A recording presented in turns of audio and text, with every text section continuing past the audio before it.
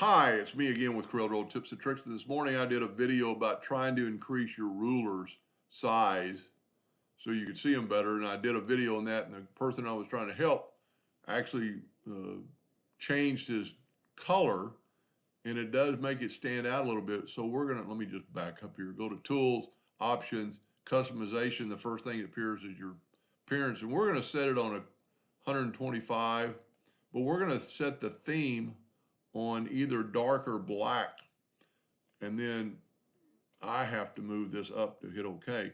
Now the rulers are a little bit maybe more definite, and it's something you'd have to get used to. I see a lot of professional graphic people do this because your page is there, and then when you take something off your page, it's definitely off your page. And it is kind of nice. I mean, everything kind of stands out. I mean, there's a couple other things you could do, options, customization.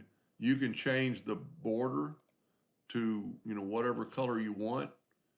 And I'm just going to happen to pick RGB. It wouldn't really matter. And you could make it blue and then say, okay. And then basically it just changes that to blue and maybe what you're on to blue. Let's try one more thing. Let's go to Tools, Options, Customization. And let's change the desktop, which I don't really know what it does. Let's change it to RGB, or really it doesn't really matter in this case. But let's change it to green and just see what happens. Don't like that at all, but maybe a light blue and hit OK. And now you've got black tools, but you've got a